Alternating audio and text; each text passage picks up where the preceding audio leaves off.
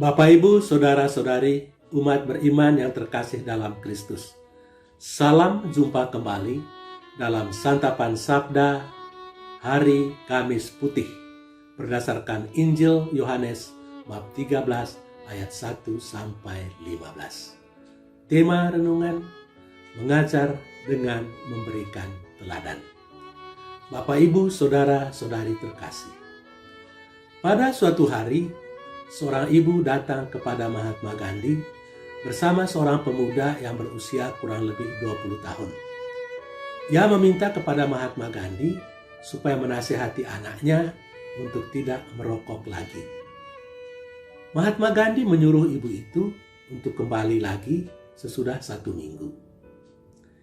Ibu itu melakukan seperti yang diminta oleh Mahatma Gandhi. Maka setelah 1 minggu, ia kembali lagi dengan anaknya. Pada waktu itulah Mahatma Gandhi menasihati anak itu untuk tidak merokok. Ibu itu heran, mengapa untuk mengatakan hal yang sesederhana itu Mahatma Gandhi membutuhkan waktu 1 minggu. Karena itu ia bertanya, mengapa Bapak tidak mengatakan hal itu minggu lalu saja, sehingga kami tidak perlu datang lagi ke sini pada hari ini. Dengan tenang Mahatma Gandhi menjawab, Bu, minggu lalu saya sendiri masih merokok. Saya tidak bisa menasihati anak ibu untuk tidak merokok sementara saya sendiri masih merokok. Sekarang saya tidak merokok lagi. Karena itu saya bisa menasihati anak ibu untuk tidak merokok. Mahatma Gandhi memang dikenal sebagai orang yang mengajar dengan memberikan teladan. Bapak, Ibu, Saudara-saudari terkasih, salah satu pesan yang menonjol dari liturgi Kamis Putih adalah bahwa Yesus mengajar dengan memberikan teladan, yakni membasuh kaki para murid. Pekerjaan membasuh kaki adalah tugas para hamba. Itulah sebabnya Petrus menolak ketika Yesus hendak membasuh kakinya. Petrus tidak bisa mengerti bagaimana mungkin Yesus yang adalah guru, rabi mereka, membasuh kaki muridnya. Tetapi jawaban Yesus tegas. Apabila dia menolak, maka dia tidak dapat ambil bagian di dalam kehidupannya.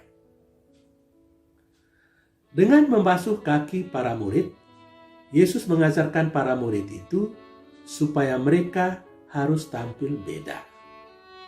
Kalau orang-orang di dunia ini gila hormat dan gila kuasa, maka para murid Yesus harus menampilkan diri sebagai orang yang rendah hati, sebagai orang yang suka melayani.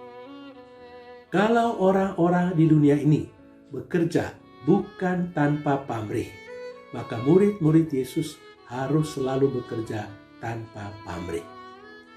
Mereka mesti mengorbankan diri sehabis-habisnya. Yesus sendiri telah menunjukkan teladan dengan mengorbankan hidupnya sendiri.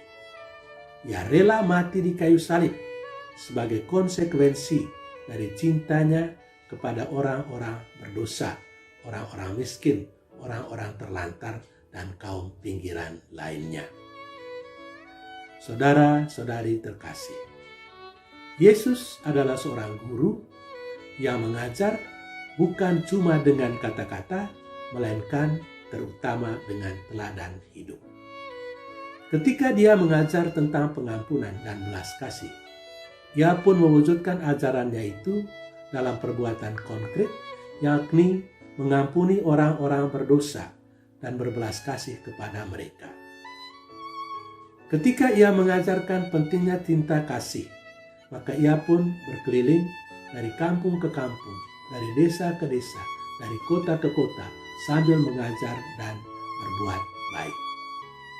Ketika ia mengajarkan tentang pengorbanan, maka ia pun mengorbankan hidupnya sampai mati di kayu salib. Ketika ia mengajarkan pentingnya kerendahan hati, maka ia menunjukkan kerendahan hati itu dengan membasuh kaki para murid. Yesus adalah seorang guru yang mengajar bukan hanya dengan perkataan, tetapi juga dengan perbuatan atau dengan teladan hidup. Saudara-saudari terkasih, ketika dewasa ini, dunia mengalami krisis keteladanan karena ada jarak yang semakin lebar antara perkataan dan perbuatan. Tindakan simbolis Yesus membasuh kaki para murid pada malam perjamuan terakhir itu menginspirasi kita untuk menyelaraskan perkataan dan perbuatan. Semoga berkat kekuatan yang kita terima dari sakramen Ekaristi Kudus, kita dimampukan untuk meneladani Tuhan kita Yesus Kristus dalam hal memberikan contoh dan melakukan apa yang Dia ajarkan. Tuhan memberkati kita. Amin.